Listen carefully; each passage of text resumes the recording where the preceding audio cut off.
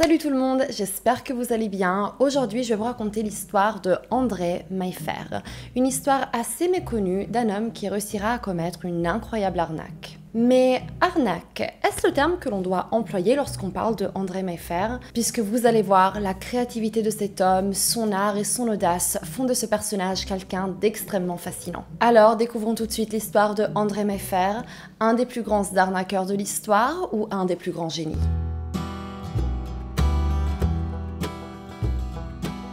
Mayfair est né le 6 juillet 1884 dans le 11e arrondissement à Paris. Il a toujours été attiré par l'art et dans sa jeunesse, il décide de se former dans ce domaine. Durant son adolescence, il va aller à Angers pour se former chez un maître verrier.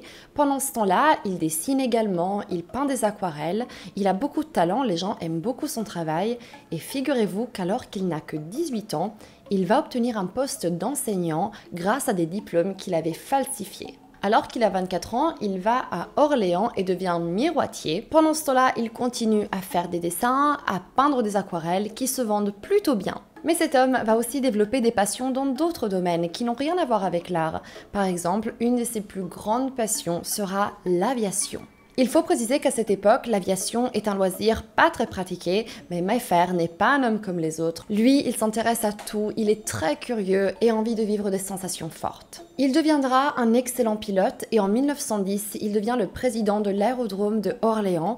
Et alors que cet homme est déjà artiste, peintre et aviateur, il va devenir aussi écrivain puisqu'il va rendre hommage aux pilotes de la Première Guerre mondiale dans un recueil de poèmes intitulé Les Aigles. Vous avez maintenant une petite idée de qui était Mayfair. C'était un homme intelligent, curieux, avec une âme d'artiste qui avait envie de vivre la vie pleinement avec cet amour pour l'aviation et les sensations fortes. Mais faisons un petit bond en arrière dans le temps, puisque c'est en 1904 que Mayfair va faire parler de lui et marquer l'histoire de l'art pour toujours. Puisque Mayfair a toujours été passionné par les meubles anciens, mais bien évidemment les originaux coûtent beaucoup trop cher, donc il n'a jamais pu s'en offrir, et puis comme lui, la plupart des gens à cette époque. Et c'est de là que lui vient une brillante idée.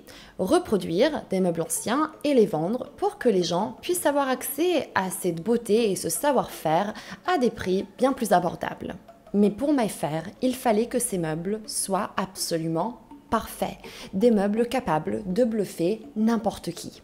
Alors attention, il était clair que ces meubles n'étaient pas des originaux. Mayfair était très clair là-dessus, puisqu'il ne reproduisait pas des pièces spécifiques, mais c'était plus un style qu'il reproduisait. Au moment de l'achat, les gens savaient très bien qu'ils étaient en train d'acheter des reproductions, et c'est pour cette raison que c'est difficile de définir Mayfair comme un faussaire, puisque je répète, il reproduisait un style. Un style qui, en revanche, était reproduit à la perfection, et il se spécialisera dans les meubles du XVIIIe siècle. Mayfair va alors ouvrir une petite fabrique dans la ville d'Orléans et les affaires vont marcher très bien. Si bien qu'au bout de quelques années, Mayfair va devoir élargir son atelier qui comptera environ 250 employés. On y retrouve des peintres, des doreurs, des ébénistes, des sculpteurs. Ils travaillent tous sous les directives de Mayfair pour créer la perfection. Et Mayfair comprit qu'il avait atteint cette perfection lorsqu'il se rendu compte que même les experts n'arrivaient pas à déterminer si ces meubles étaient des pièces d'origine ou pas. Apparemment, cela amusait beaucoup Mayfair puisque les experts n'arrivaient pas à déterminer l'époque de la création des meubles ni même leur provenance. Initialement, je pensais que tous les meubles étaient vrais sauf les faux. Et maintenant, je pense que tous les meubles sont faux sauf les vrais.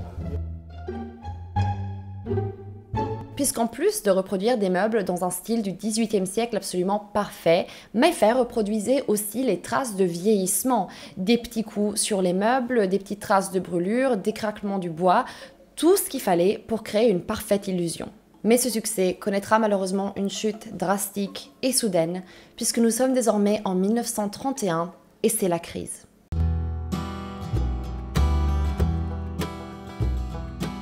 Après le crash boursier de New York en 1929, la situation économique est au plus bas et la priorité des gens n'est certainement plus celle de s'acheter des meubles pour décorer leur maison. Les affaires vont mal et Mayfair est dans une situation d'urgence. Il faut agir vite puisque la fabrique qu'il a créée, toute cette entreprise qu'il avait réussi à mettre sur pied est sur le point de s'effondrer. Il faut absolument donner aux gens une raison de se réintéresser aux meubles anciens et de revenir dans l'atelier Mayfair. Il se dit qu'un bon moyen pour ramener les gens dans son atelier serait de leur raconter une histoire. Une histoire tellement incroyable, tellement touchante, que n'importe qui aurait envie de revenir dans l'atelier Mayfair pour en savoir un peu plus. Il va alors inventer de toutes pièces l'école de la Loire. L'école de la Loire n'a bien évidemment jamais existé, mais Mayfair va raconter que c'était une école d'ébénistes qui a malheureusement disparu et qu'il ne reste plus aucune trace de cette école et de son savoir-faire, à part pour quelques croquis peints à l'aquarelle de meubles destinés à être fabriqués. Imaginez la valeur que auraient ces meubles si quelqu'un était tombé sur ces croquis de meubles qui n'ont jamais eu la chance d'être fabriqués et qui seraient en mesure de les créer, de leur donner vie. Mayfair savait très bien que ces meubles auraient pu être vendus quasiment au même prix qu'une pièce d'origine. Alors sans tarder, Mayfair prend du papier ancien et commence à peindre des croquis à l'aquarelle de meubles anciens, les meubles oubliés de l'école de la Loire. Il met ses croquis dans une malle d'époque et puis se dit qu'en fait il faut un chef à cette école, un grand maître. Et puisqu'il trouve que le coup qu'il est en train de faire est un peu hardi, il va naturellement décider d'appeler ce grand maître Jean-François Hardy avec un Y. Quelques jours plus tard, la mise en scène est prête et il va publier une petite plaquette. Voici un petit extrait de ce qu'elle dit. Il nous semble nécessaire d'expliquer le pourquoi de l'engouement subi du public pour le style de l'école de la Loire, encore presque ignoré il y a quelques mois. Peut-être serait-il temps de dire qui est ce Jean-François Hardy dont beaucoup entendent parler pour la première fois. Dans cette plaquette, il va aussi inclure une bibliographie de Jean-François Hardy qui, bien évidemment, a été inventée de toutes pièces puisque Jean-François Hardy n'a jamais existé, mais il va le décrire comme un artiste incomparable, un ébéniste incroyable ayant vécu dans les années 1700. Et il va aussi inclure un portrait de cet homme. Et pour le dernier petit coup de génie de Mayfair, il va dire que Jean-François Hardy, après avoir passé quelque temps à l'étranger, il revient en France et constate que son pays a été ruiné par la banqueroute de l'or. Et puisque les gens en crise économique n'avaient plus les moyens de s'offrir quoi que ce soit, Jean-François Hardy va se spécialiser dans un style de meubles construits à partir de bois simples mais de bon goût, parfait pour la situation de l'époque. C'est marrant, on dirait qu'il est en train de décrire exactement la situation des gens à cette époque, en 1931. Puis on comprend bien qu'en disant que le style de Jean-François Hardy était un style de meubles construit à partir de bois simples et peu coûteux, cela est une très bonne idée pour Mayfair qui pourra lui aussi construire des meubles à partir de bois simples et peu coûteux. Il était malin ce Mayfair.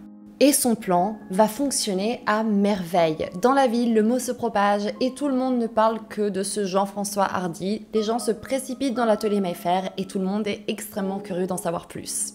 Mais bien évidemment, on va aussi poser beaucoup de questions à Mayfair, notamment comment se fait-il que ces croquis soient tombés entre ses mains. Mais Mayfair a une réponse à absolument tout puisqu'il va dire qu'en août 1914, alors qu'il offre le champagne à certains de ses ouvriers qui allaient partir au front, l'un d'entre eux, un certain Simon Hardy, lui offre une malle d'époque ayant appartenu à son grand-père et lui dit de l'ouvrir que dans le cas où il ne reviendrait pas de la guerre. C'est des années plus tard, lorsque Mayfair ouvre cette malle, qu'il découvre les croquis de l'école de la Loire. Et les affaires vont décoller. Avec plus de 3 millions de commandes, Mayfair commence la production de ces meubles que, je vous rappelle, il avait lui-même dessinés. Pendant ce temps-là, l'atelier Mayfair devient la vedette de la ville. Il fait des conférences radio, on parle de lui dans les magazines et on va même créer des cartes postales avec le portrait de Jean-François Hardy. Figurez-vous que les experts vont trouver l'ancien domicile de Jean-François Hardy qui se trouvait rue de la Sellerie à Tours et vont mettre une plaque commémorative. Alors, étant donné que cet homme n'a jamais existé, je ne comprends pas qu'est-ce qui a pu pousser les experts à imaginer que ceci pouvait être son ancien domicile, mais bon, c'est assez ironique et Mayfair a dû trouver ça très amusant. On peut dire que Mayfair a réussi un coup de maître. Et ce qui est incroyable, c'est que Mayfair n'a jamais été démasqué. Si aujourd'hui je suis en mesure de vous raconter cette histoire et si la plaque commémorative de Jean-François Hardy a été retirée, c'est parce que Mayfair a décidé de tout dévoiler lui-même dans un livre qu'il va écrire et qu'il va intituler « Au pays des antiquaires ». Dans ce livre, il explique comment il a fait, comment il a monté ce coup, et il va même dire que le portrait de Jean-François Hardy était une vieille image d'un curé qu'il avait acheté au marché aux puces, auquel il avait lui-même ajouté une perruque et une barbe. Aujourd'hui, nous ne savons pas combien de meubles de Mayfair sont encore en circulation puisque Mayfair ne signait pas ces meubles. En revanche, vous pourrez peut-être tomber sur des meubles signés Mayfair Amos, qui est l'entreprise qui a hérité de l'atelier Mayfair et qui a continué la production jusqu'à dans les années 70.